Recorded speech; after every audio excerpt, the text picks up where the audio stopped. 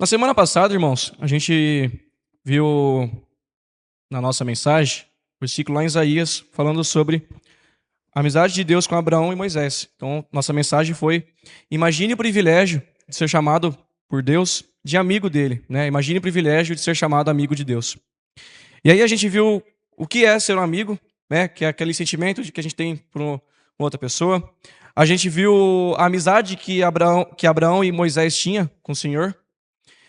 E a gente viu de quem que a gente pode acabar tropeçando no mundo e ser amigo, né? E depois a gente viu o exemplo principal, que nossa síntese foi em João capítulo 15, versículo 13. A nossa mensagem de hoje também vai estar em paralelo com essa passagem de Jesus.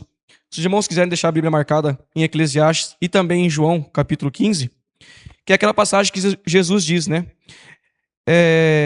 No capítulo 15, versículo 13 de João. Ninguém tem maior amor do que este, de dar alguém a sua vida pelos seus amigos. Vós sereis meus amigos, se fizerdes o que eu vos mando. Já vos não chamarei servos, porque o servo não sabe o que faz o seu senhor, mas tenho-vos chamado amigos, porque tudo quanto ouvi de meu Pai vos tenho feito conhecer. Então a gente viu também que essa passagem de Jesus se aplicou a todos aqueles pontos que a gente viu. O que é o conceito de amizade? A gente viu que amigo é aquela pessoa que a gente tem liberdade de conversar, liberdade de contar as coisas que a gente não tem a liberdade, a intimidade de contar com uma pessoa, como um parente, um irmão. E a gente viu que Jesus, ele diz isso, né? Porque tudo que quanto ouvi de meu Pai vos tenho feito conhecer. Jesus conta tudo pra gente e ele espera isso da gente também. A gente viu que Abraão e Moisés foram considerados amigos de Deus pela sua fé e obediência. Né? Abraão teve uma fé, Abraão teve uma obediência em aceitar o chamado de Deus, em oferecer o seu filho Isaac. Moisés também teve a fé e a obediência de ouvir o chamado de Deus na sarça ardente e depois guiar o seu povo. E Jesus, ele fala que a gente se torna amigo dele se fizermos o que ele vos manda, né? Então a gente precisa da fé e obediência em fazer aquilo que Jesus nos pede. E depois a gente viu também que lá em Provérbios, né, aquele versículo que fala: em todo tempo ama o amigo, né? Em todo tempo, mas na hora da aflição nasce um irmão. Jesus mostrou seu amor conosco. E a gente vê esse, né? No versículo 13 de João fala: ninguém tem maior amor do que este, de dar a sua vida pelos seus amigos. Jesus, ele fez o que está escrito também em Provérbios 17. Em todo tempo ama o amigo. E no capítulo 2 de hoje, o tema é: por que precisamos ser amigos de Deus? Por que a gente precisa ser amigo de Deus? Eu pensei em várias respostas, mas é melhor a gente pensar no pensamento igual e entender por que a gente tem a necessidade de ser amigo de Deus. E por que o versículo é o de Eclesiastes 4:10, mas a gente também vai andar muito no capítulo 15 de João. A gente tem que entender primeiramente, irmãos, da onde que nasce essa necessidade, né? Por que a gente precisa ser amigo de Deus? Primeiro, porque somos cristãos, né? A gente aceitou Jesus Cristo como o único e suficiente Salvador. E há necessidade daqueles também que não conhecem Jesus Cristo. Mas antes disso, Deus criou o homem. Lá em Gênesis 1:26, Deus criou o homem. Ele falou: façamos o homem à nossa imagem, conforme a nossa semelhança. Então, o homem era próximo de Deus, o homem era a semelhança de Deus, mas, né, infelizmente, Adão pecou e ele foi destituído, né? Pois todos os pecados estão destituídos da glória de Deus. Então começa a nascer a necessidade do homem reatar essa proximidade com o Senhor. O homem precisa fazer sacrifícios, né? Desde a época que o povo saiu do Egito, depois veio o sacrifício de Jesus, né? Eles sacrificavam os animais para reatar essa proximidade que o homem tinha de Deus. E depois Jesus, ele se sacrificou por nós. Mas aí a primeira pergunta que vem é: o que as pessoas estão fazendo com esse sacrifício que Jesus fez? E é por isso que Eclesiastes fala: mas ai do que estão sozinhos. Na minha versão está um pouco diferente, mas aqui no telão está: mas ai dos que estão só, né, dos que estão caídos. E a gente também tem que entender, como a gente viu na semana passada, que há duas diferenças né, ele fala, aqui no versículo de Eclesiastes, ele fala: porquanto se um cair, o outro levantará o seu amigo, ou o seu companheiro, né? Essa é a primeira. A gente tem que entender que a gente só pode ser amigo de Deus aquele que entrega a sua vida para Jesus. Aqui em João 15, no versículo 6, Jesus fala: se alguém não estiver em mim, será lançado fora, como a vara, e secará. E os colhem, lançam no fogo e ardem. Então não tem muita opção, né, de não ter nenhum amigo, né? Se a gente não é amigo de Cristo, se a gente não aceitou Jesus como o único suficiente Salvador, o destino é um só, é o inferno. E a condição de ser amigo de Deus é essa, né? O amigo. E tem o não amigo, que é aqueles que estão caídos. Em Coríntios 15:33 falava, né? A gente viu na semana passada. Hipócritas, né? Adúlteros. Vocês não sabem que aqueles que são amigos do mundo se tornam inimigos de Deus? Então, o homem que pecou, ele se tornou inimigo de Deus, porque ele praticou o pecado, e se aproximou do mundo e se afastou de Deus.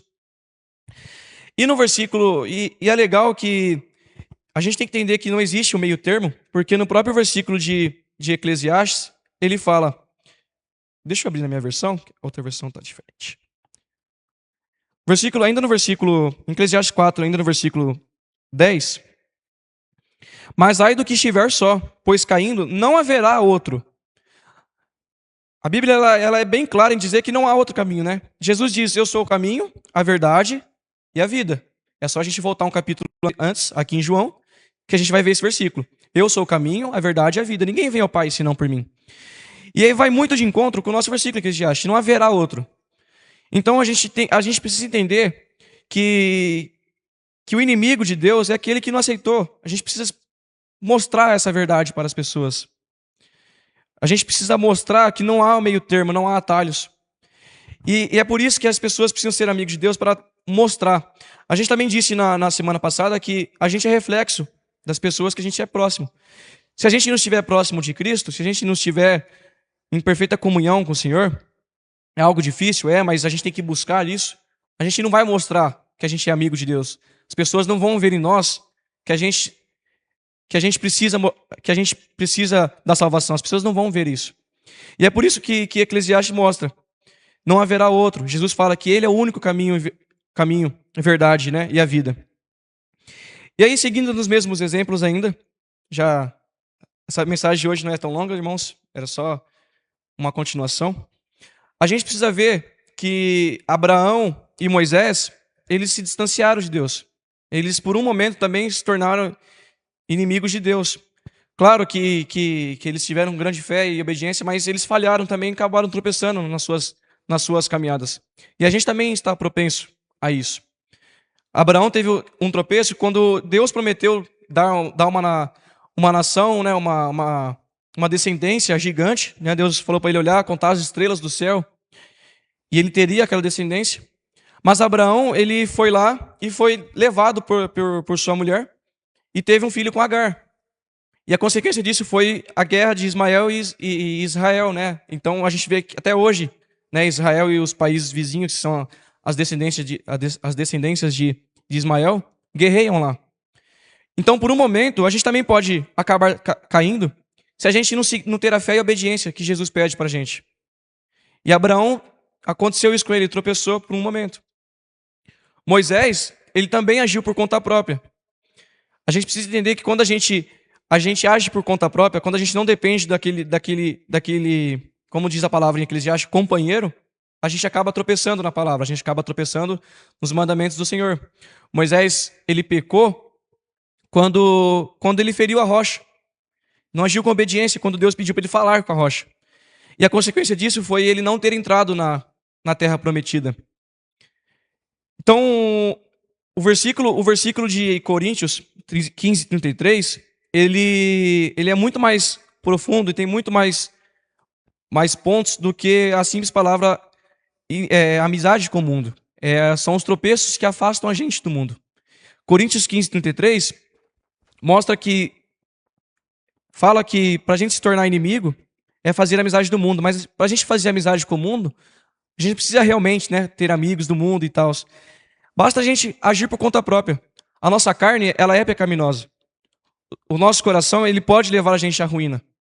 E Abraão e Moisés, mesmo sendo amigos de Deus, eles falharam por um momento. E a gente também não pode a gente não pode achar que só porque a gente conhece a história, a gente não pode se achar forte por si só. Se a gente não ter a dependência, se a gente não ter a dependência de quando o homem foi criado, lá em Gênesis, o homem façamos o homem à nossa imagem, conforme a nossa semelhança. Se o homem não ter essa dependência de Deus, ele vai acabar caindo, ele vai acabar tropeçando por um momento. E isso é muito perigoso, né? Se o homem não tiver... Quando a pessoa não tem um amigo, Eclesiastes diz que a gente não vai ter quem levante. Por quê? A nossa única força, a nossa única esperança, a nossa única vida é em Jesus. Então, para encerrar, irmãos, meio curto hoje, Eclesiastes 4:10, só para dar um contexto, né? Legal a gente debater aqui. No versículo 8 de Eclesiastes ainda, ele conta uma história, né? Esse capítulo 4 de Eclesiastes, até o versículo 12, é bem legal que ele trata essa questão do homem egoísta que quer andar sozinho, né? Mas no versículo 8 ele conta uma história. Ele diz assim, né? Havia um homem solitário, que não tendo filho, irmão, nem qualquer parente, dedicava a sua vida exclusivamente ao trabalho. No entanto, seus olhos não se satisfaziam com as riquezas que acumulava, e ele nem pensava em se questionar: para quem estou trabalhando tanto, afinal? Porque não desfruto um pouco do que já tenho. Por que não desfruto um pouco do que já tenho? Ora, isso é uma insensatez, uma ilusão e um trabalho ingrato. E aí no versículo 9 ele continua, né? Melhor é serem dois do que um, porque a melhor recompensa no trabalho de duas pessoas.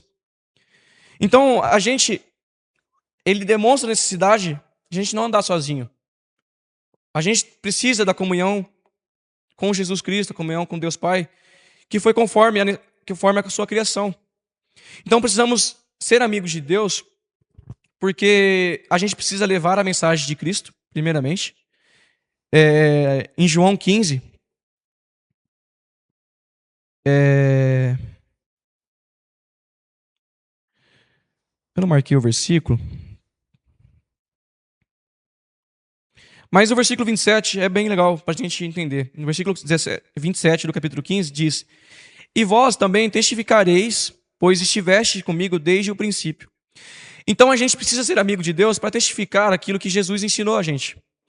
Né? Ele fala, tudo quanto ouvi de meu Pai vos tenho feito conhecer, no versículo 15. Então a gente também precisa levar adiante essa mensagem. A gente fazendo isso, a gente vai estar cumprindo a sua vontade. A gente vai estar cumprindo aquilo que ele fala: se fizerdes o que eu vos mando, que é levar a sua palavra.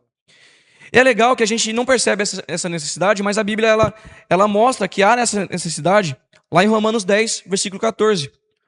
Ele diz, né, como conhecerão, como ouvirão a palavra, se não há quem pregue?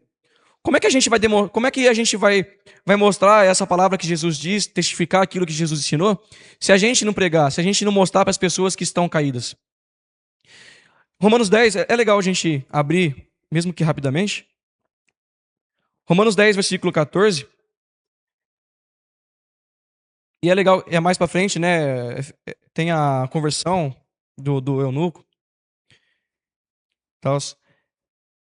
No entanto, na verdade, vamos começar do versículo 13, né? Porque todo aquele que invocar o nome do Senhor será salvo. E aí ele faz uma contrapartida, né? No entanto, como invocarão aquele em quem não creram? E como crerão naquele de quem nada ouviram falar? E como virão se não há quem pregue? E como pregarão se não forem enviados? Como está escrito, como são maravilhosos pés que anunciam as boas novas. Mas o versículo 14, ele fala essa palavra, essa frase principal, né? Como virão se não há quem pregue?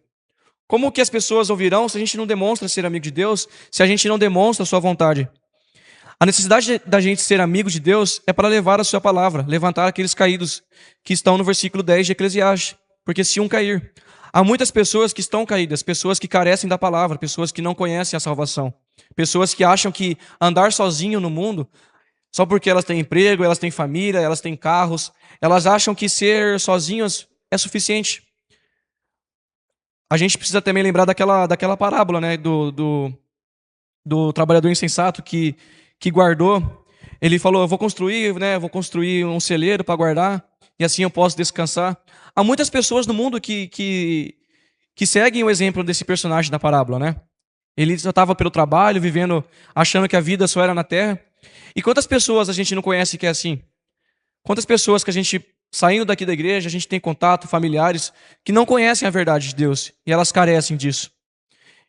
E em Eclesiastes 4:10 fala: melhor seria um do que dois, porque apaga. Né?